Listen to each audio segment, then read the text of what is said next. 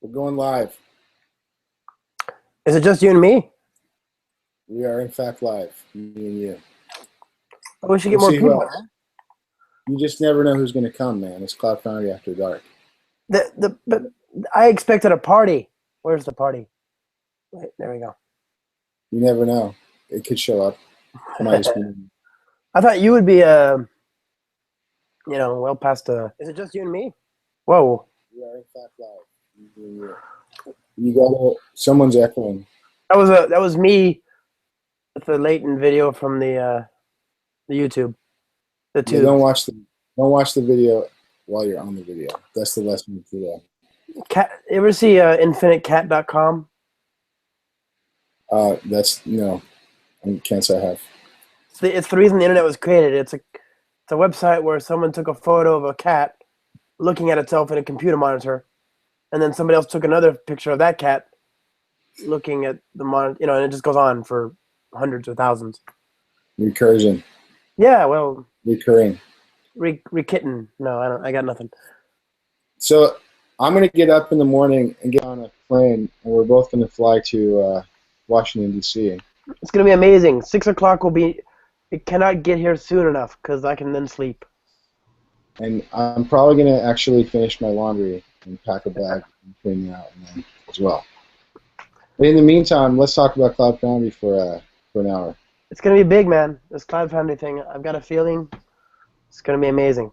So most of these crazy people that watch this video have seen me before, but they might not know who you are. So why don't you introduce yourself? Me? Sure. Hi, I'm Josh. I don't know. I'm an evangel. I'm the spring evangelist and an evangelist for Cloud You are Foundry the as well. face of spring. Ha! You're the public face of spring. Spring is. But for a period, you were also you were part of the Cloud Foundry evangelism team at VMware. Yeah, yeah. Long time. I mean, everything I do, it's. I come at it from Spring, but of course, Cloud Foundry is the useful extension of that, right? That's the interesting, like, rubber meets the road part of it. So, yeah. Hey, it's Deco. What's up, man? Hey, all good? How are you? Cloud Foundry is a little trick we like to play to operationalize the Spring stuff. Exactly. Yeah. You need both, man. Two sides of the same coin. One is operational agility, one is developer agility, and together you win, So what's on your mind, Deckel? Since you're joining us here, you're giving me motion sickness too. I'm trying to keep quiet here because everybody's asleep. It's like your phone can't figure out which way is up. Yeah. I'm all good. How are you guys? Haven't seen Deco in forever, so I'm good now. I'm good. I'm just Yeah. trying to. Me and Josh are going to do a talk on Tuesday at the Agile 2015 conference about using open source projects to build cloud native architectures, cloud native applications, cloud native operations, cloud native all the way down until you hit turtles. Yeah. It's going to be, in true Agile fashion, we're going to do this responding to pressures as we go, develop it quickly, minimum viable product, let's do this. So we haven't developed a talk yet, but I'm sure it's going to be amazing. I mean, we developed a talk yet. We just don't have any slides. Right. Or yeah. Okay. I'm sure both of us are perfectly capable of talking. That's true. No, I mean, I've been doing that for like years now. And then Got some. that down pat. So for those of us, or for those of people who haven't heard you speak before, how do you see, because your perspective is app-centric, Spring-centric, how do you see the Cloud Foundry thing fitting into the world of the people you touch, or your perspective personally? Me? I think most people run into the use case where they need a Cloud Foundry, and that's what makes me happy, is because I talk to people and they are able to solve the immediate pain that they're feeling is that they don't know how to build these kinds of systems. And so then we say, oh, well, okay, from the code perspective, from the I want to build an application kind of perspective, Spring is just what they need, right? That's the salve to heal the wounds. But then they run into this. Okay, well now I've got the ability to design these things and get them out as quickly as possible, and I can scale out. But how do I operationalize that? And they eventually run into this. It's a wall that they all hit. They always hit the same wall. I like to call that wall day two. Yeah, day two, exactly. And once you've given them the ability to create something and get it up and running quickly, you can start thinking about, okay, well, darn it, what happens if I have lots of these things running around, you know? And so I think because I can't get back to the thing I wanted to build if I'm on fire trying to keep the first thing I built from falling over. right, and the other thing is, preventative maintenance, that kind of stuff, the stuff that you have to care about, but nobody wants to care about from the developer side, like it's not exciting. All of that stuff is in a platform like Cloud Foundry, and so this is nice when you actually have the two sides of DevOps happy about something. They can share enthusiasm for something. So right now, and I have some visibility into this just because I talk to you all the time, but there's this transition that's sort of happening in Spring world where there's Spring that everyone sort of knew as a MVC, inversion control, dependency injection thing, yep. to kind of an evolution to be more of a, and it didn't lose some of those aspects, but the things that are going on with Spring Cloud and Spring Boot definitely expand the capabilities, and they're really engineered to be a modern approach to. I mean, you showed me. I kind of turned my back on Java in 2008, and then just working with you in the last little while, starting to see what people are doing and how with very little code and some scaffolding you could have simple RESTful services, start to connect them together with the configuration and service discovery stuff that's available, and just out of the box you have a lot of pieces that you can take and elevate whatever you're doing to take advantage of these components that other people are building on.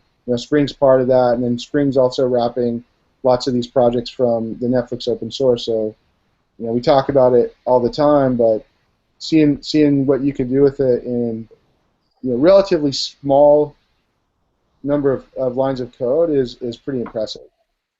Yeah, I've been as happy about that transition as anybody. As you know, Andrew, I've been talking to organizations building these crazy huge systems, right? And some of them are in China, some of them are here, and if you've been anybody who's been following the Spring sort of the blog feed and all the stuff that's been coming out of that, the Spring One conferences and all that, people see, okay, we're talking about the Spring Boot stuff and Spring Cloud, and it's been very gratifying because what we've done with Spring is we've taken this entrenched technology that people understand and they already know how to use, and this component model, this approach to software, and we've raised the sort of the value, right, the stack. So case in point, there's these huge websites, huge websites that had to solve problems associated with moving to a cloud platform. And they had to solve these problems for their own use cases, and there was nothing off the shelf. There's nothing open source otherwise that they could pull down and use to build these kinds of solutions.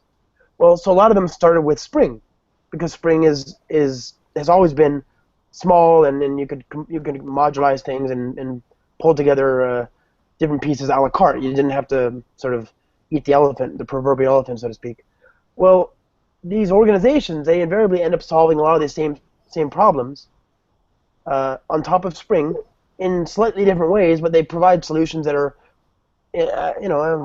after a fact, solutions for the same kind of solutions, So these patterns, these are, I don't know, they're emergent patterns that you only start to see when you start to build apps at huge scale. And these patterns are fairly obvious, they come about for a couple of reasons. One is because you want to have applications that are small, singly focused, and that you can, as a team or a bunch of teams, deploy and manage, independently, have your own velocity. And then they also emerge because you're trying to achieve scale at production, at runtime capacity, you know. So I love, over the last several years, I've been talking to these organizations, and invariably they built this layer on top of Spring as a basis. Hey, it's 2 decals, which is 200% more decal. Do you see 2 decals? Well, it's only 100% more decal, but keep going. No, yeah, thank you. 200% decal. So anyway, these organizations, they took Spring and they built this layer on top, and that layer from one organization to another looks fairly similar. And so recently we've been talking to people about Spring Cloud, which of course builds on top of Spring. So here's an interesting thing, watching this all evolve, and this is kind of crystallizing in my understanding. Watching, I think we have this unique vantage point to see lots of different things going on in lots of different organizations as a function of the projects that we're the stewards of, and then also the relationships we have with the people who are using those. Right. And I'm just going to borrow publicly referenceable Adrian Cockcroft talks, and then there's this little part of the board paper that I think people miss, where everyone gets excited about the paper about the scheduler and the rest of this stuff, but there's a thing in the paper where it says every application that was written this or to be deployed by board has this kind of RESTful metric submitted that right. tells the applications themselves have certain patterns for providing telemetry and for being able to be scaled in a fashion that takes advantage of the automation. So it's sort of a two-sided thing. So the way that I'm starting to think about this and talk about this is in terms of the contract right. between these application frameworks like Spring and then the platforms that they run on, potentially Cloud Foundry, if you will. And one of those contracts that everyone's sort of famous or made famous over the last few years is the 12-factor model. So what that represents is the types of things that the platform could keep promises about. If you adhere to the contract, you can expect these sorts of things that the platform will be able to do in terms of scale and reliability and the rest of it. So the thing I think people take away sometimes listening to Adrian, or one thing that they miss is this, and he says it very explicitly, that you're automating simple patterns. Right? So it's not just a free-for-all. The platform's benefit is not just a free-for-all to give people self-service access.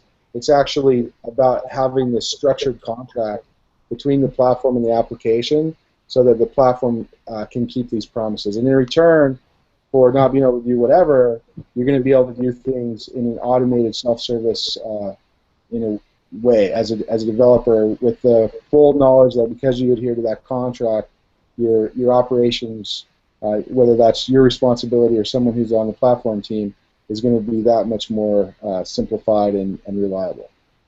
Yeah, I mean, the really, really good developers realize that their apps look pretty similar to a lot of other apps. The inexperienced developer thinks that their app is a snowflake and it's beautiful in its own way, and there's no way you could constrain it, to fit into a mold. I think when you get to a real sort of maturity level and you start to realize, I would benefit from structure there. That's it improves your ability to reason about the app, and improves the ability for the platform to do things for the app.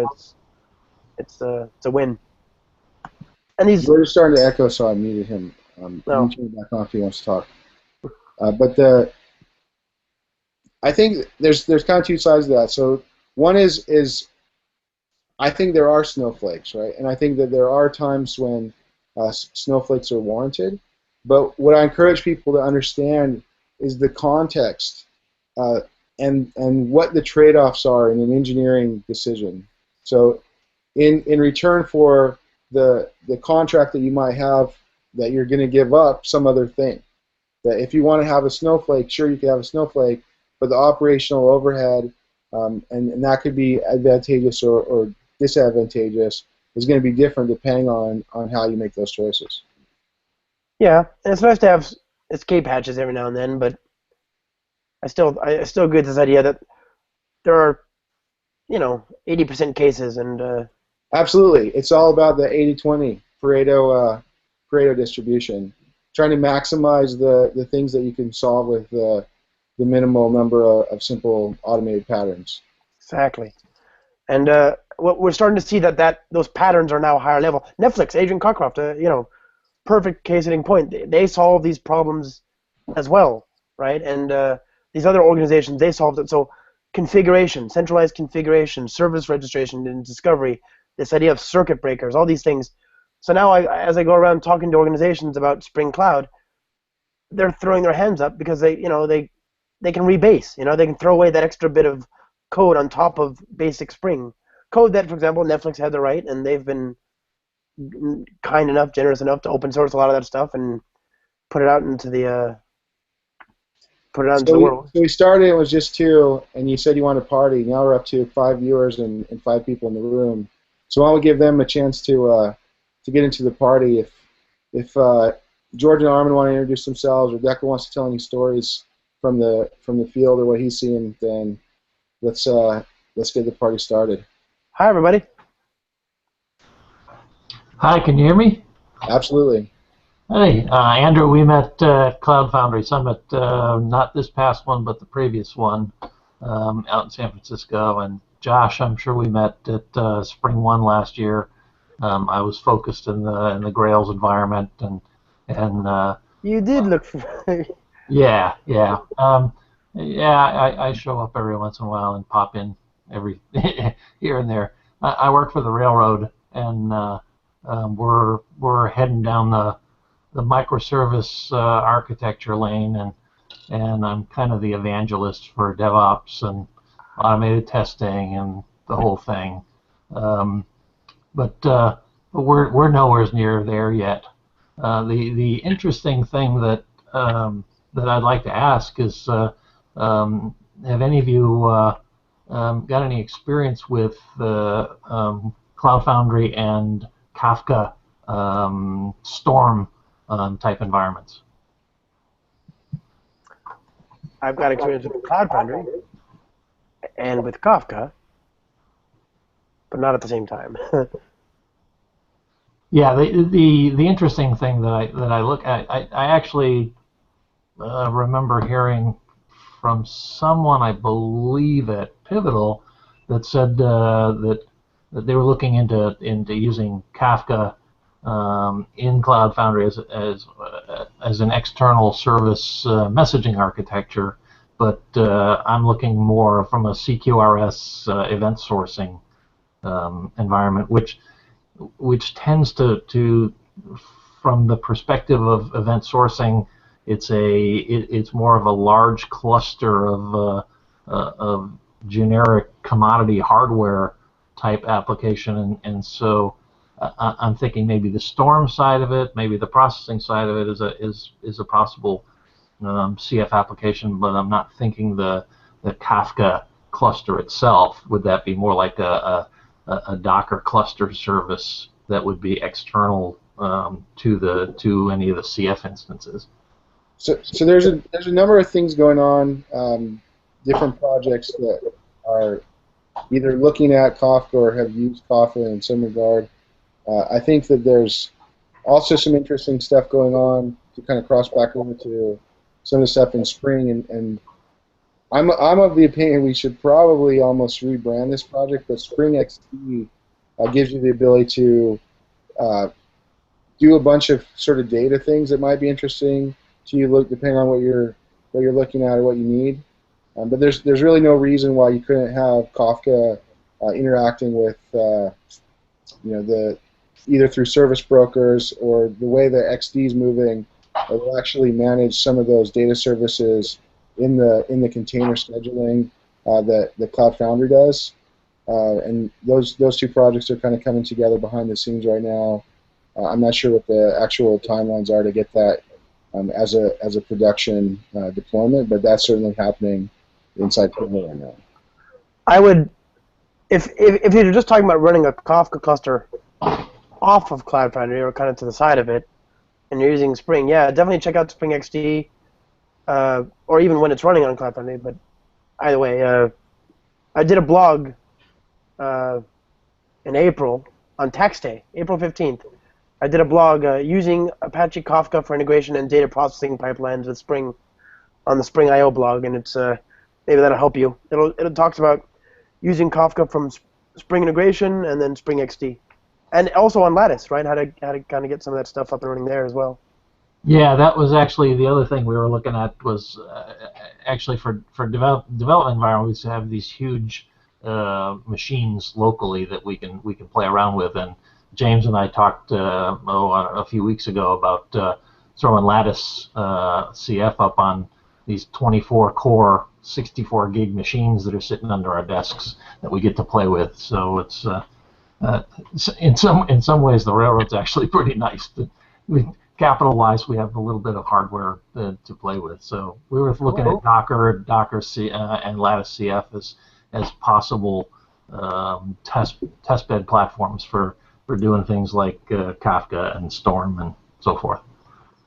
Lattice is very, very, very satisfying, and you can get it up on Amazon, Terraform and all that, super, super quick.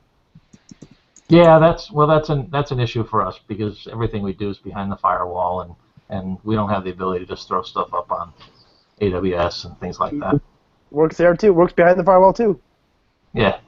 Well, that's what I'm saying. We're looking at that in the local environment, and everything that we're looking at is on-prem type stuff. So Declan, do you have anything to say, or you're trying to be quiet and stealthy over there?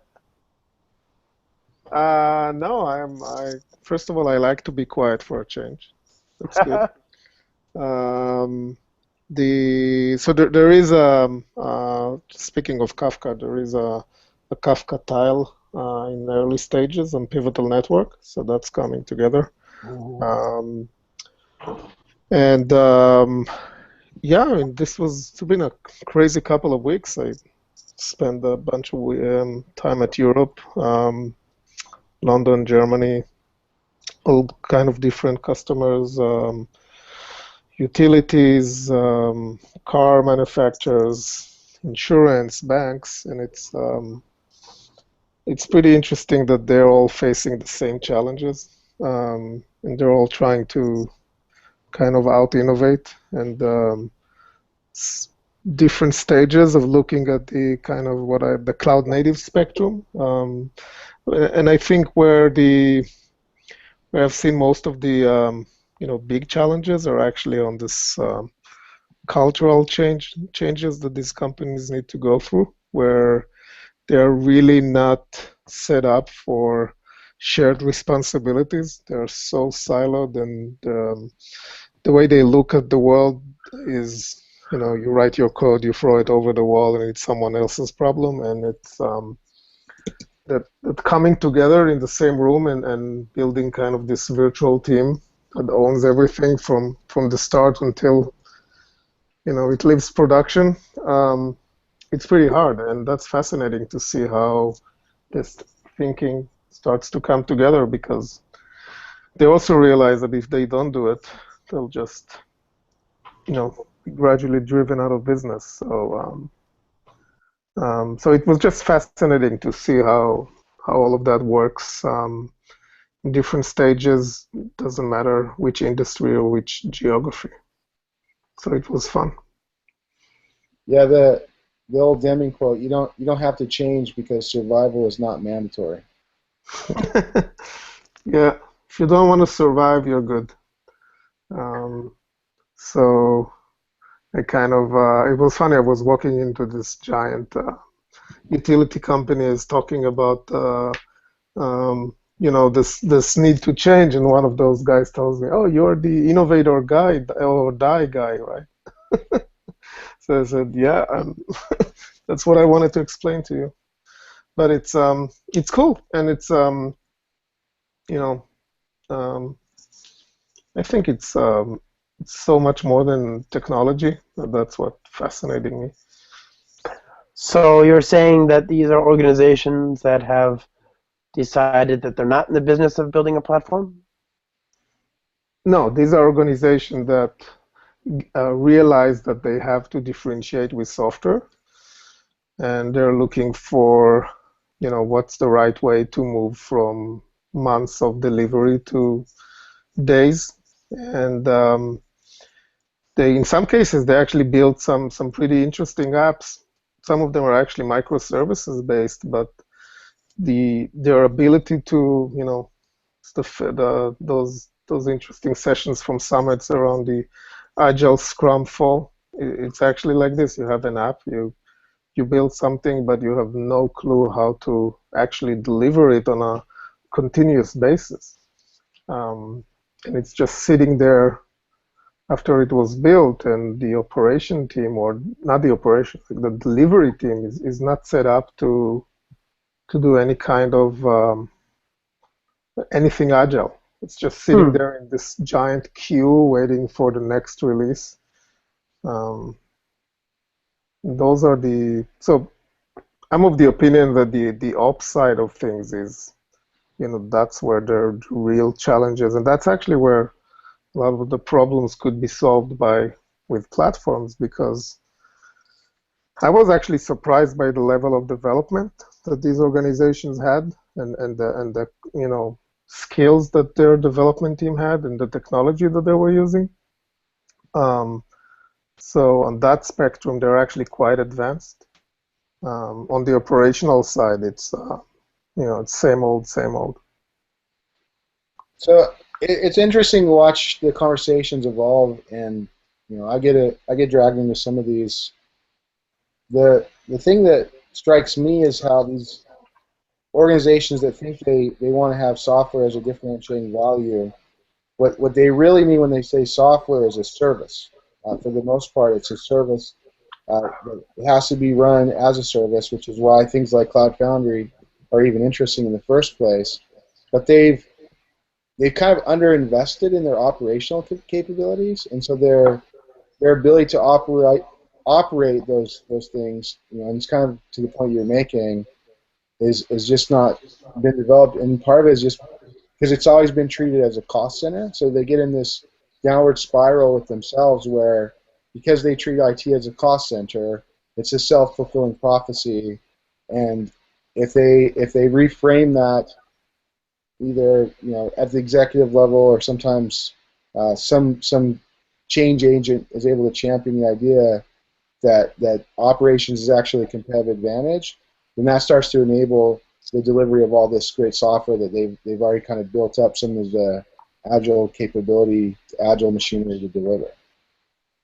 And that is a bigger I think that takes isn't that a much bigger pill to swallow when I think there's a like you like to describe, you talk about the dopamine effect. I think a developer team can say, I'm gonna embrace agile, I'm gonna write software and have something I can stand up on a local machine as quick as possible, and that is far less pain, far less sort of far less friction, far less to overcome, to feel like you're doing it. But it takes, you're right, it takes a change agent or a top-down effect or something for them to say, okay, well, this needs to be an operational. We need to mirror that same, velocity, that same agile approach. We need to mirror that in operations, and I think that requires. It's not just a project by project, right? You want it to be consistent. This is the same DevOps talk I gave since 2008. Mm-hmm. This is not new stuff, and the answer is actually quite simple. I'm usually staring people right in the face, which is you take your developers and you make them wear a pager for the code they just wrote. Right? That's what Amazon's been doing since 2006, before 2006. Netflix too. And it just changed the dynamic very, very quickly when the people who actually are responsible for the change feel the actual weight, good or bad, for making that happen. And that will take you. What I'm seeing, and this is really the mature operational model that you see in most of the big web companies as well, is you still have some infrastructure teams. They probably interface with the platform team. Each of those have operational responsibilities. And then the applications, the developers that write those applications have the first level responsibility for operating that application. So they're splitting their time between whatever they do in the day and what they do, carry a pager overnight. And if you're waking yourself up all the time, you kind of change your behavior really fast. Yeah, but Andrew, what do you do with organizations that actually have dev teams that are willing to do that, but are not willing to move in that direction? Wait, what? The developers are willing to move, or the organization's not willing to move? Yeah, the dev teams are hot to trot about doing that, and they're perfectly willing to support their own apps, but yet the organization thinks, well, we have to have a big operations team to make sure that everything runs and stays running and things like that, even though the dev teams are willing to take on that responsibility. So in most of the organizations I've seen, there's not a huge operational team relative to the dev team, which is one of the things that contributes to this, because you end up with teams that are essentially, they have opposing incentives, where one team's incentivized to change things and one team's incentivized to keep things from changing. And then you move to a model, and I've seen this scenario you're describing, where the dev teams are ready to take operational responsibility. If they're really enlightened, they realize they've always had it, in a sense, because the operational team is incapable, especially since they're underfunded, under-resourced, and they don't have the context of the app, that as soon as something's actually wrong, even though they're the ones with the pager, they can't troubleshoot much of it beyond restarting until they get the developers involved anyway. So the social engineering that's required, kind of going back to Deckel's original point, has to happen at a high level, has to happen across the board. If you have executives that are in charge of operations, they're kind of at odds, philosophically and personality-wise, with the executives that are in charge of development, then that's just going to cascade all the way down the org and play out in ways that I'm sure all of us have kind of seen go the wrong way. So sure, Will Conway is Will Conway involved. Yeah, there's more than a little Conway. Yeah. Well, So, and I think a lot of it is, it's natural human behavior, where most of these organizations were built under the philosophy that no change is the best way to address. absolutely. It's the safest way is not to change anything. So one of the transitions that I think Cloud Foundry represents to me, which is really codifying the way that the big web has evolved, which is transitioning from a mindset often driven by a framework like ITIL, which is trying to minimize the time between incidents, or I'm sorry, maximize the time. You don't want to have incidents, so you don't change things, right? And so they build these elaborate checklists to stop things from changing, and so they're minimizing the number of incidents in that organization, where the real mature operational model for operating these massive web infrastructures is not to minimize the number of incidents, it's to minimize the time to recover. And so you build into your application, you build into your operations, these simple, repeatable patterns that fail in predictable ways and can be recovered in predictable ways. And if you can drive your mean time to recovery down to 0, then you're, by definition, never down. Because as soon as anything's wrong, it's already fixed. Right? And so that's what you're seeing. That's where the things like the chaos monkey and the things where people are injecting failures into their own systems to prove to themselves that they're fault tolerant has evolved. And it's really about minimizing that mean time to recover. And once you've kind of got in that mindset, like, you never want to go back to the frat.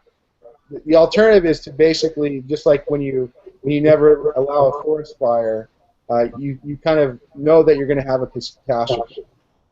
So you're just setting yourself up. You might not have incidents as frequently, but when you do have them, they tend to be catastrophic.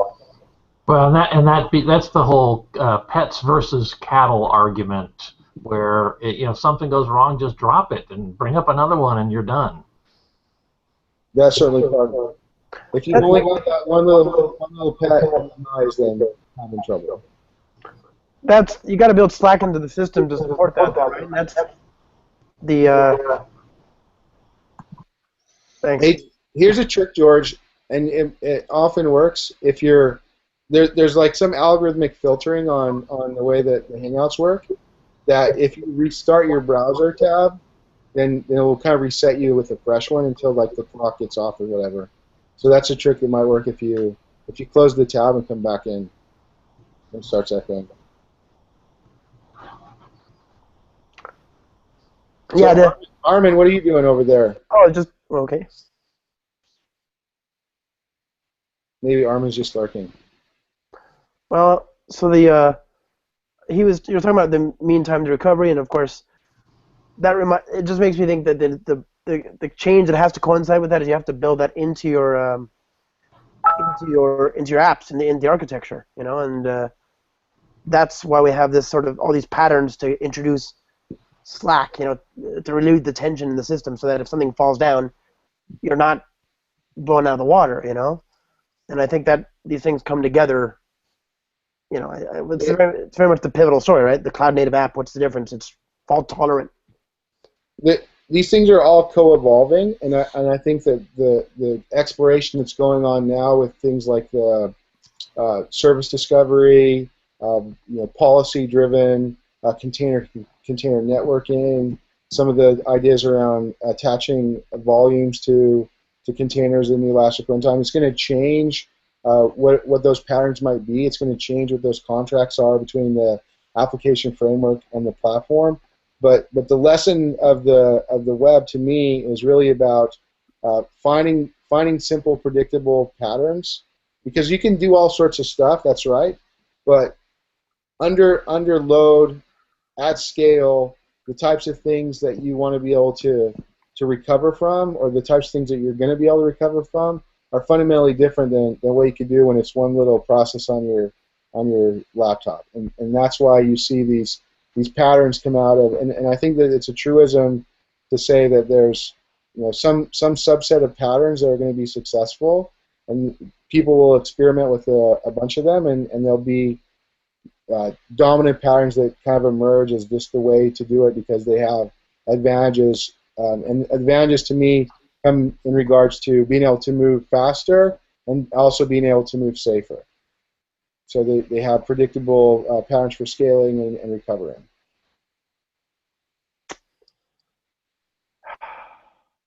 So there's a whole section of what we used to talk about when it comes to operations that Cloud Foundry sort of obviates. You don't need it. You don't have to worry about that so much, right? It's just this. That's a big giant checkbox. I don't know. I think it minimizes the personality or personnel that are required to fret over certain things, but it's not like you can't. It's not like you can stop worrying about it. It's just letting Cloud Foundry worry about it for you, in a sense that you're enhancing human performance using better tools to do these things. And in order for that to work, for the system to keep working, you just care about the preventative maintenance for the things that Cloud Foundry needs, and that's a smaller set of things, right? I mean, a car needs gas, your Cloud Foundry cluster needs care and feeding as well, and then within those constraints, within those parameters, things just work, right? So what are the things? I don't know. I'm trying to figure out what is the. I feel like we're removing the complex stuff by making it fit into Cloud Foundry. The really complex stuff becomes more reasonable. It's something you can approach, and then the rest of the things you have to worry about in IT and in technology, in the data center. There's a lot of other stuff as well, but I think a lot of the really painful things have to do with managing apps. So this is a conversation that's been going on in sort of my circles, and I wish Ben and Josh were around to have this conversation. We've had variations of it many times, but there's this idea that kind of floats around in some of my circles of friends around a complexity budget. Like a project has a certain amount of complexity they can deal with, right? And adding scale adds complexity, and adding a bunch of complicated automation and logic adds complexity.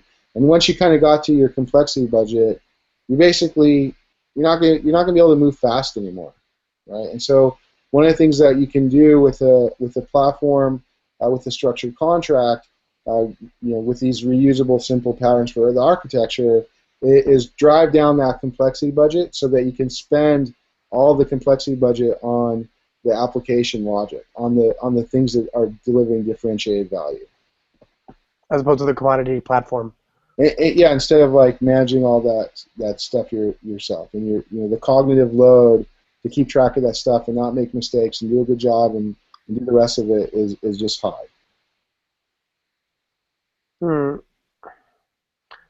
the platform now, I think when we first started down this Cloud Foundry route, the journey, the line between your apps and your platform was still very well articulated, very very rigid, and now these things are becoming one and the same. I need I suppose that's always the backing. I think of the barrier, the intersection between the platform and the apps has always been in the backing services, the databases, the message queues, etc.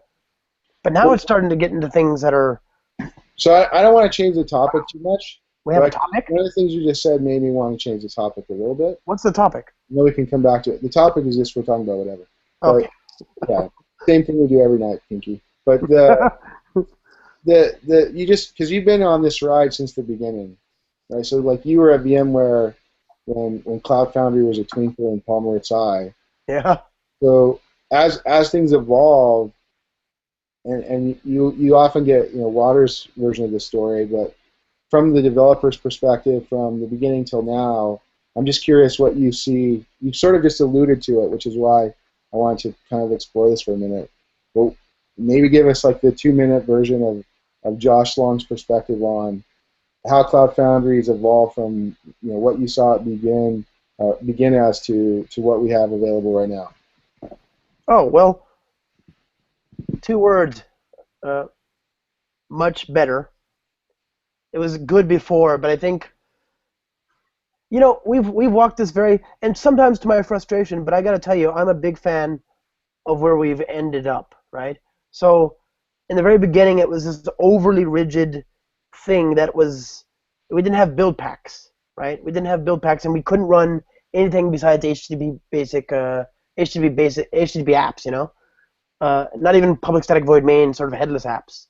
And so these are things that were easy to fix, and they got fixed really, really quick. They got added very, very quickly. And the build packs, I think, added enough wiggle room that if you needed an escape hatch, if you wanted to change something, you could do it. And then, of course, service brokers. So it's just the trick has been, can we add flexibility while providing a common sense default? And then can we do that in such a way that people are aware of the bounds of, the walls of the contract, And I think everything that's been done has been very smart. I'm a developer. I want it now, of course. And then I give the people on the Cloud Foundry team a lot of credit. They've added knobs and levers, but they've made it so that if you don't want to think about those knobs and levers, you can it'll still just work. And if you do want to think about them, then they're sort of like they grow progressively more. You can affect, like the build pack, I think, is a great example. The Java build pack. I can use the build pack as is by itself out of the box. It's just fine. If I want to override what the Java build pack does, I can set environment variables. That's a slightly more, my investment in changing the way the build pack works, if I should need to, which is rare in of itself, is just a little bit. And if I really want to go all out and I just can't get what I want to get done with the well-known environment variables that the Java build pack supports, I can fork the build pack and use that. And that's very, very sensible. You've got a path of escalation where you get a default story, you get something with a little bit more friction, but you get the results you need.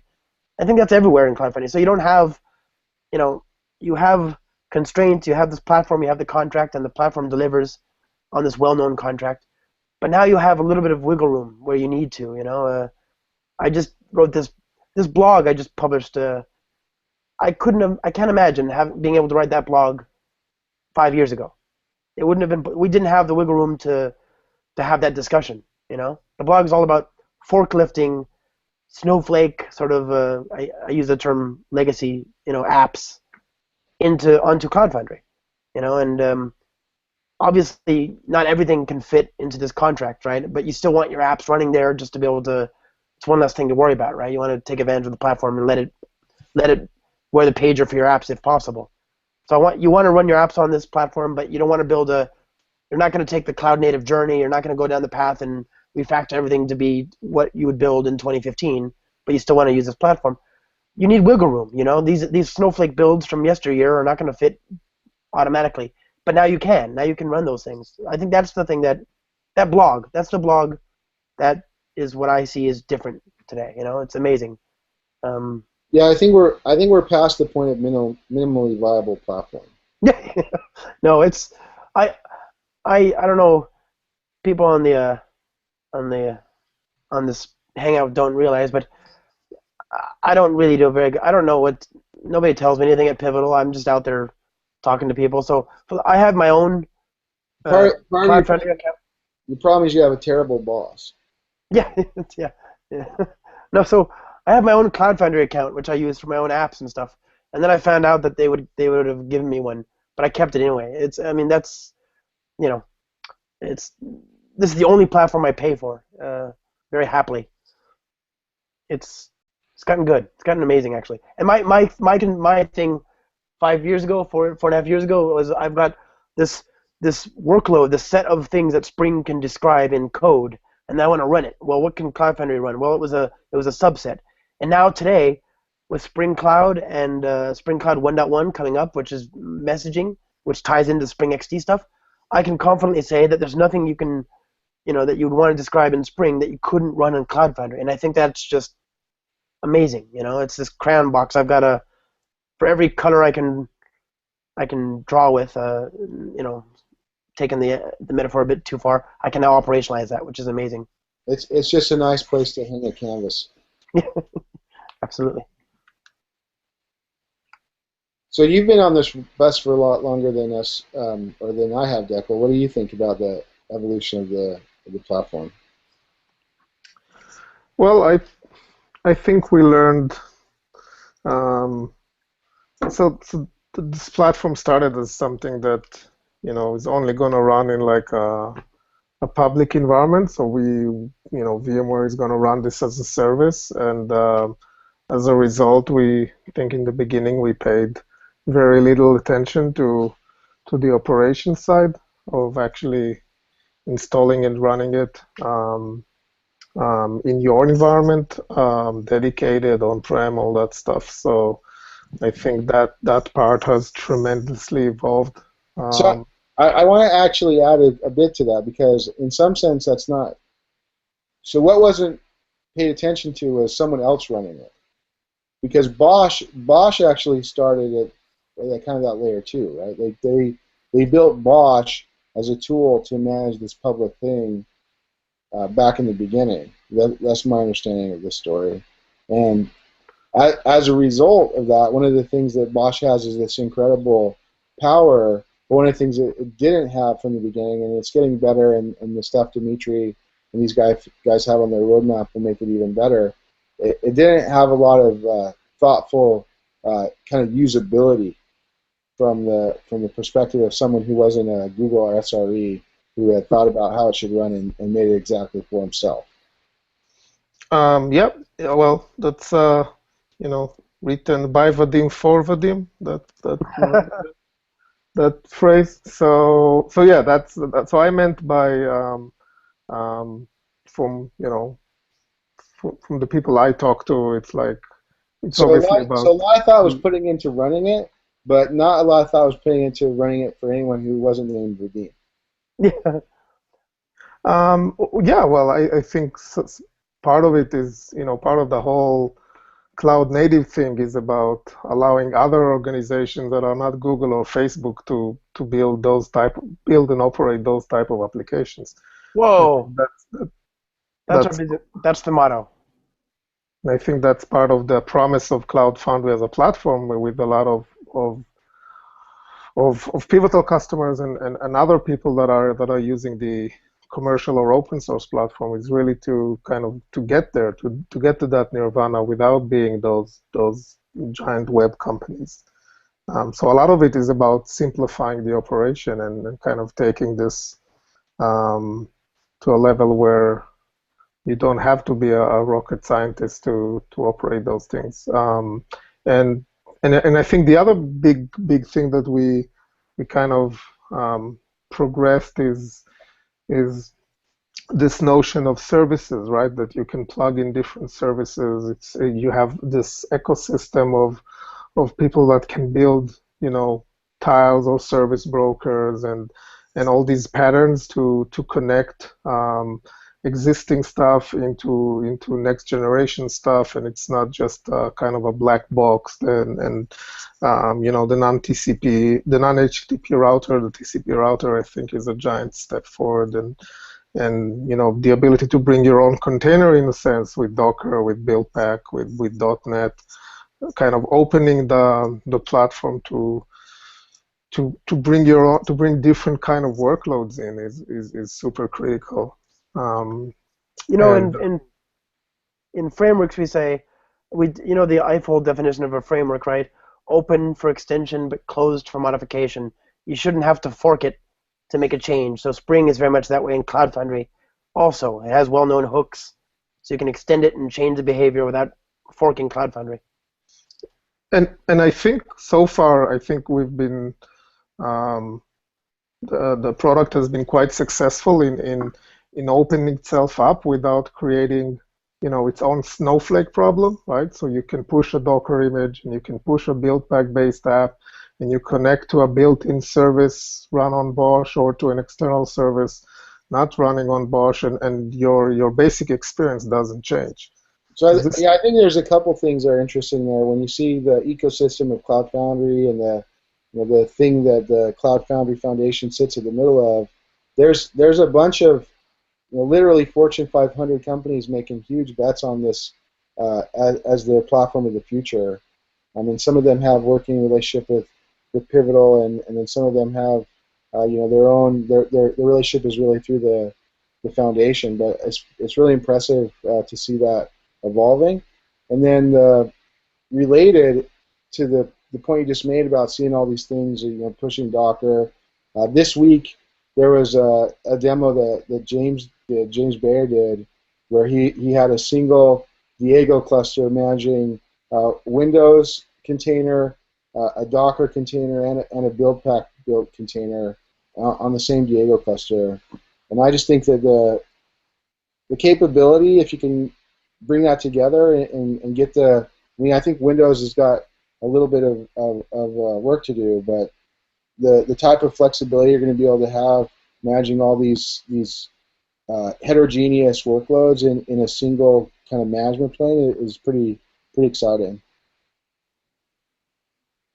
Yep, and I think that's the third thing I wanted to say is obviously from a selfish point of view, seeing this evolving to something that real customers are using for things that the only word that comes to mind is humbling, being a part of something like this, and how much they're betting their future on this platform, on commercial products from Pivotal or other members in the foundation, and part of betting or trusting us to kind of not lock them into a single thing, so not lock them into a single vendor, a single infrastructure, or a single framework.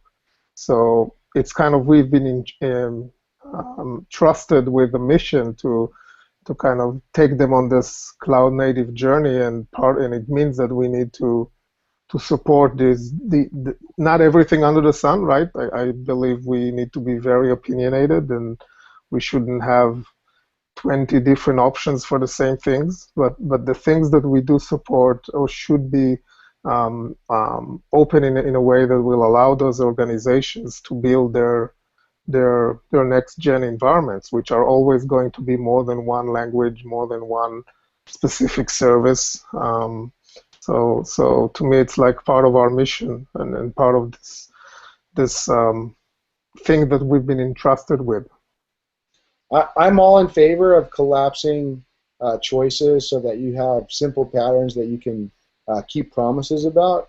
But I don't think we do, ourselves or our customers any favor if we don't allow that kind of blossoming experimentation that we're seeing going on right now with things like service discovery and policy-based container routing and container storage and the rest of it. It's all happening really, really fast.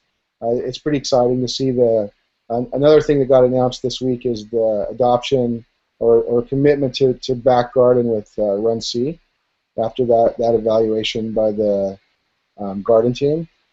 So just being able to take advantage of the ecosystem, and it's not that we're going to have any less focus on containers, it's just that there's a bunch of people doing work in the same space, so we might as well take advantage of that ecosystem as well. Yeah, to build on top of that, one of the things that I've seen through one of the other members of the foundation, IBM specifically, is they have a terrific implementation of an API registry sitting on top of Cloud Foundry. So if I'm building custom microservices, the ability for me to have a registry for rate limiting and things like that we can do in lots of other places is amazing for sitting on top of Cloud Foundry.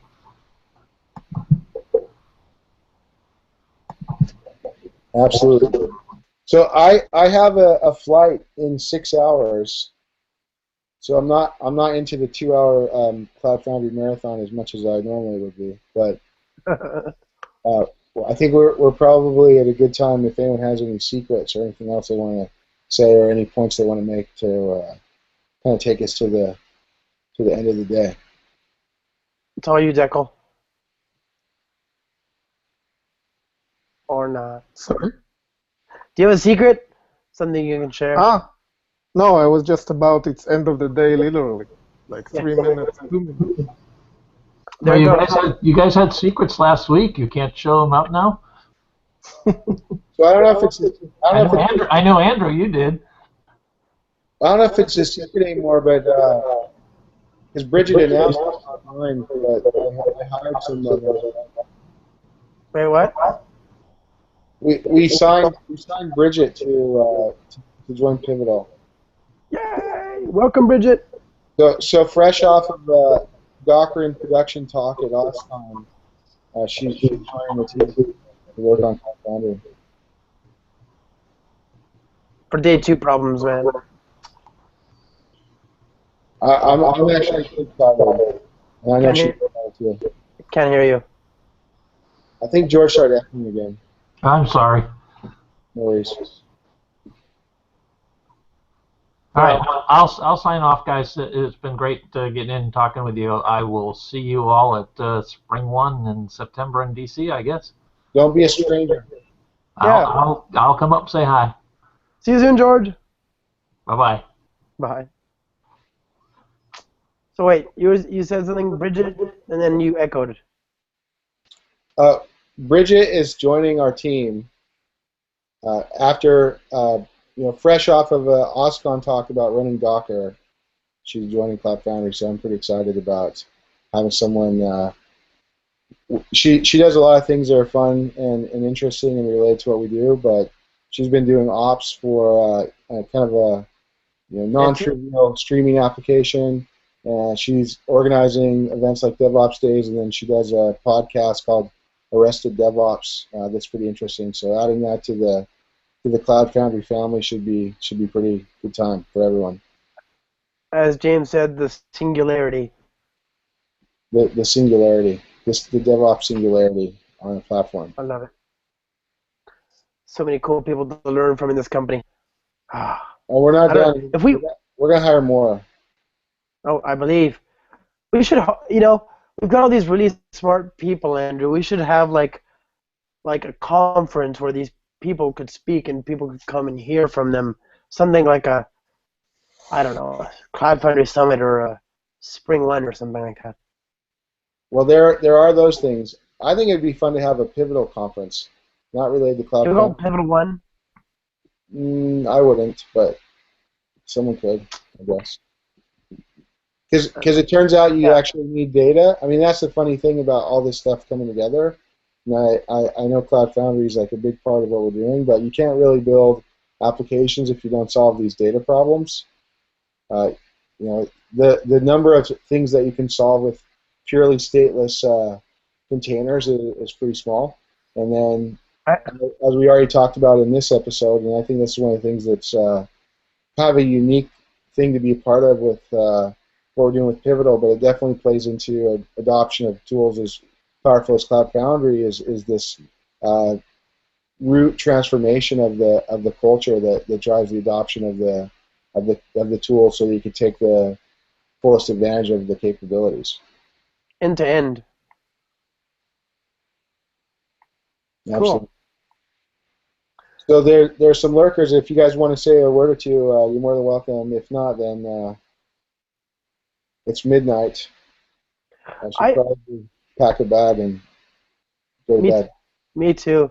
I've been meaning to join this thing for so long, but it used to be so early in the evening. I was never done with dinner. I was never done with whatever. Now it's much more my speed, except of course tonight. 2 a.m. in Texas. Yeah, so we lost the East Coast, but we in theory gained Europe.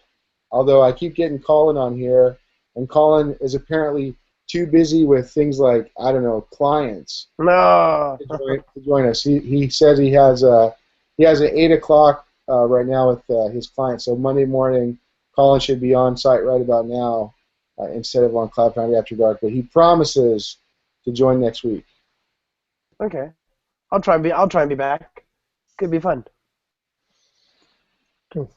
So unless anyone wants the final word, we'll call it. Going once, going twice. Tushar, tell us a story. No, I just was like wanted to listen in on what's happening in Cloud Foundry After Dark. No worries, no worries. Glad you could make it. Till next time. Cheers.